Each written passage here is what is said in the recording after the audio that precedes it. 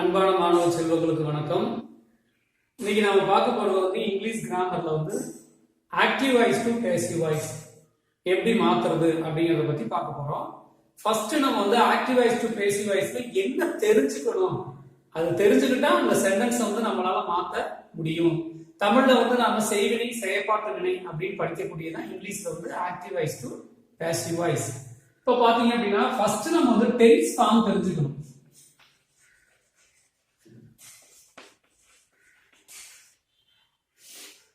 மொத்தம் 12 டென்ஸ் இருக்கு. அதுல வந்து பாத்தீங்கன்னா ஃபர்ஸ்ட் சிம்பிள் பிரசன்ட் டென்ஸ்,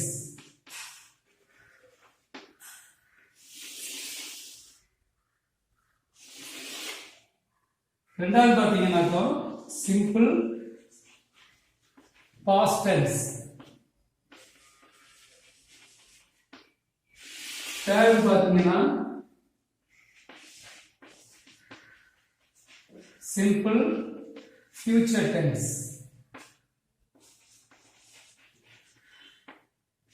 இந்த மூணு டென்ஸ் பத்தி முதல்ல பார்க்கலாம். இப்ப பாத்தீங்க அப்படின்னா சிம்பிள் பிரசன்ட் டென்ஸ் அப்படின்னு சொன்னாலே வெர்பினுடைய முதல் பாகம், ஃபர்ஸ்ட் பார்ட் ஆஃப் வெர்ப். இந்த இதுல மட்டும் ஒன்னு ஸ்பெஷலா நம்ம தெரிஞ்சுக்க வேண்டியது என்ன அப்படின்னா சிம்பிள் பிரசன்ட்ல தேர்ட் பர்சன் சிங்குலர்னு சொல்லுவாங்க. he she it, he she it பேர் வரக்கூடியது. அந்த மூன்றுக்கு மட்டும் நம்ம வந்து என்ன பண்ணுவோம், வெர்போட s அல்லது es சேர்ப்போம். அதை மட்டும் இந்த இடத்துல நாம தெரிஞ்சுக்கணும். அடுத்து சிம்பிள் பாஸ்ட் டென்ஸ் அப்படின்னு பாத்தீங்க அப்படின்னா second part of verb.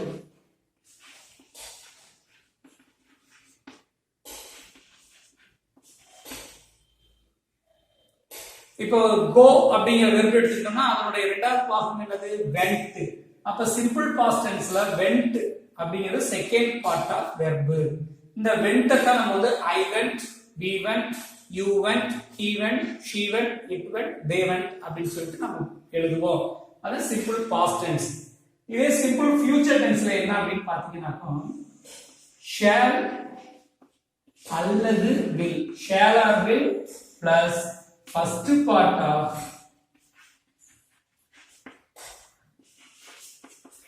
verb. shall or will first part of verb. அதுக்கு ஐக்கு விக்கு வந்து shall வரும், மிச்சம் எல்லாத்துக்குமே வந்து நாம will போடுவோம். அது கிராமட்டிக்கலா நம்ம பயன்படுத்தக்கூடியது. இப்போ இதுக்கு பாசிவ் ஃபார்ம் என்ன, இது வந்து ஆக்டிவ் ஃபார்ம். ஆக்டிவ் வாய்ஸ்ல இந்த மாதிரி இருந்தா பேசிவ் வாய்ஸ்ல எப்படி மாறும் அப்படிங்கறத தெரிஞ்சுக்கணும். ஃபர்ஸ்ட் பார்ட் ஆஃப் வெர்ப் எப்படி மாறும் அப்படின்னு பாத்தீங்கன்னா am, is, are plus passive வாய்ஸ்னாலே third part of the verb. அவ்வளவுதான். go, went, gone அந்த third part of the verb. Passive ஃபார்ம்னாலே தேர்ட் பார்ட் ஆஃப் த வெர்ப்ங்கறத நம்ம தெளிவா தெரிஞ்சுக்கணும்.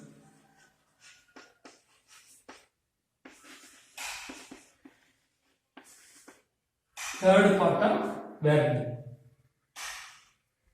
simple past tense, simple past tense continuously என்ன வருமோ அது பூரா இங்க வந்துருங்க. அவ்வளவுதான்.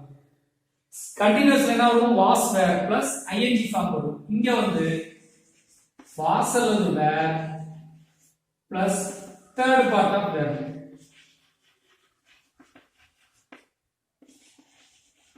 third part of verb. அதோட சிம்பிள் ஃபியூச்சர் டென்ஸ்க்கு என்ன பாசிவ் ஃபார்ம் வரும் அப்படின்னா shall be அல்லது will be plus third part of verb.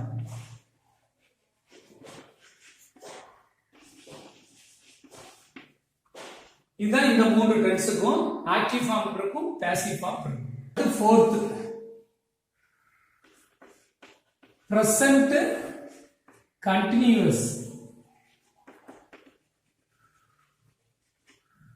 tense. and அடுத்து past continuous டென்ஸ். அடுத்து future continuous tense. Present continuous டென்ஸ்க்கு ஆக்டிவ் ஃபார்ம் என்ன அப்படின்னு பாத்தீங்கன்னா am அல்லது is அல்லது are plus fourth part of verb. continuous அப்படினாலே ing form. go, went, got, going, going. நாலாவது வந்து going. அந்த ing ஃபார்ம் வரக்கூடியது. அதே போல பாஸ்ட் கண்டினியூஸ் டென்ஸ் பாத்தீங்கன்னா was அல்லது were plus fourth part of verb. Continuous அப்படினாலே என்னது fourth part தான் அப்படிங்கறது மனசுல வச்சுக்கணும். Future continuous tense shall be அல்லது will be plus fourth part of verb.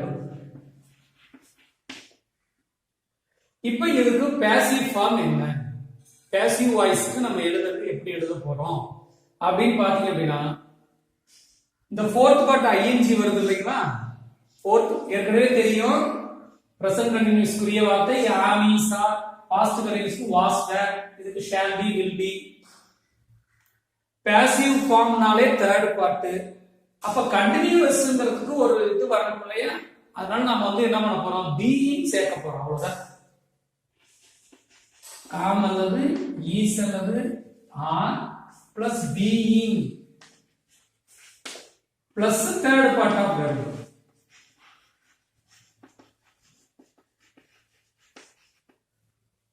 அடுத்து was அல்லது were. was அல்லது were plus being plus third part of verb.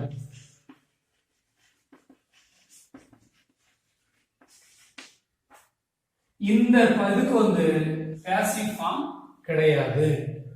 அடுத்ததாக present perfect tense, past perfect tense, future perfect tense.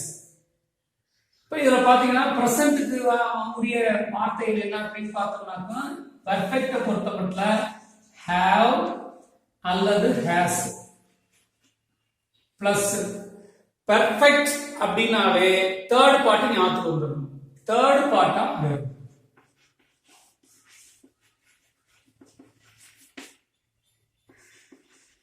verb.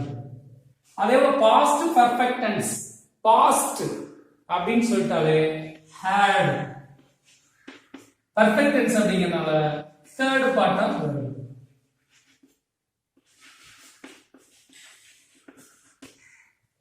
future perfect tense, future குரிய வார்த்தை நமக்கு தெரியும் shall அல்லது will.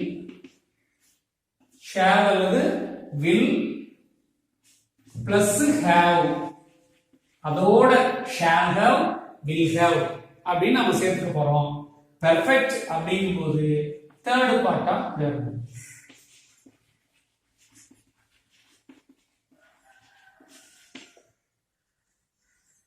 அடுத்தது passive form எப்படி வரப்போகுது? perfect passive form மாத்துறதுக்கு இடையில ஒரே ஒரு வார்த்தை been அப்படிங்கிற வார்த்தையை சேர்த்தா போதும். ஏன்னு சொன்னா present குரிய வார்த்தை have, has. passive form குறியதும் வந்து third part. அது என்ன சொல்லியாச்சு, வெர்பினுடைய third part தான் passive form எல்லாத்துக்குமே வரும்னு சொல்லிட்டோம். அப்போ have அல்லது has plus being plus third part of verb.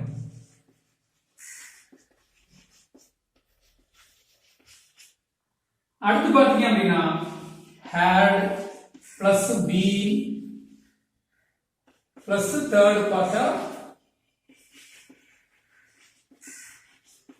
verb.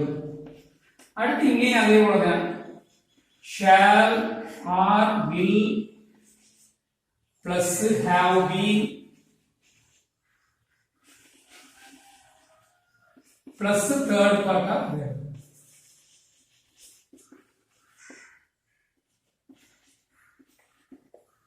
இவ்வளவுதான். அடுத்து பாத்தீங்கன்னாக்கா present perfect continuous tense, past perfect continuous tense, future perfect continuous tense அப்படின்னு மொத்தம் 12 டென்ஸ்.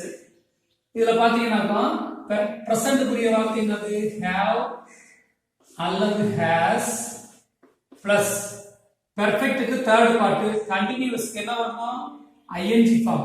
அப்போ beenங்கிற வார்த்தை ஒன்னு எக்ஸ்ட்ரா வரும். have அல்லது has been plus continuous வந்து fourth part of verb. fourth part of verb. இதுகளுக்கெல்லாம் passive form கிடையாது.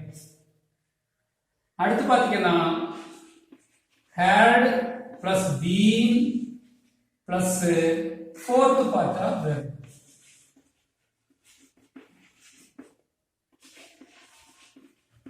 அடுத்து shall or will plus have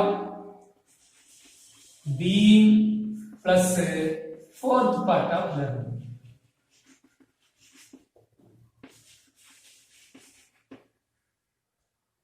இதெல்லாம் வந்து நாம தெரிஞ்சுக்கணும். இதுவரைக்கும் நாம ஆக்டிவ் வாய்ஸ்ல இருந்து பாசிவ் வாய்ஸ்க்கு எப்படி டென்சஸ் மாறணும் அப்படின்னு பார்த்தோம். இப்போ வந்து ப்ரோனவுன்ஸ் எப்படி மாறணும் அப்படின்னு பார்க்க போறோம்.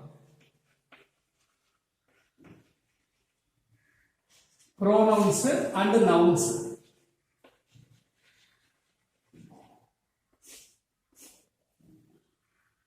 இப்ப பாத்தீங்க அப்படின்னா I, we, you, he, she, it, they இதெல்லாம் வந்து ப்ரோனவுன்ஸ் சொல்லுவோம். அதே போல நவுன் என்ன சொல்லுவோம்? ஏதாவது ஒரு பேர், ஈகோ, அதே போல கெஃபி அப்படிங்கறதெல்லாம் ஒரு பேர். இப்ப பாத்தீங்க அப்படின்னாக்கா ஐ எப்படி மாறும் அப்படின்னு பாத்தீங்கன்னா by me, by us, by you, by போட்டு அதோட இந்த மாதிரி நம்ம எழுதணும். By him, by her, by it, by them, by inigo, by kefi. இந்த மாதிரி தான் மாறும். இப்ப இந்த வீடியோல பார்த்த எல்லாமே நீங்க நல்லா பார்த்து ஃபுல் அண்ட் ஃபுல் மனசுக்குள்ள வச்சுக்கிட்டீங்க அப்படின்னா தான் நாம வந்து சென்டென்ஸ் வந்து எளிமையான முறையில ஆக்டிவ் வாய்ஸ்ல இருந்து பேசிவ் வாய்ஸ்க்கு மாற்ற முடியும்.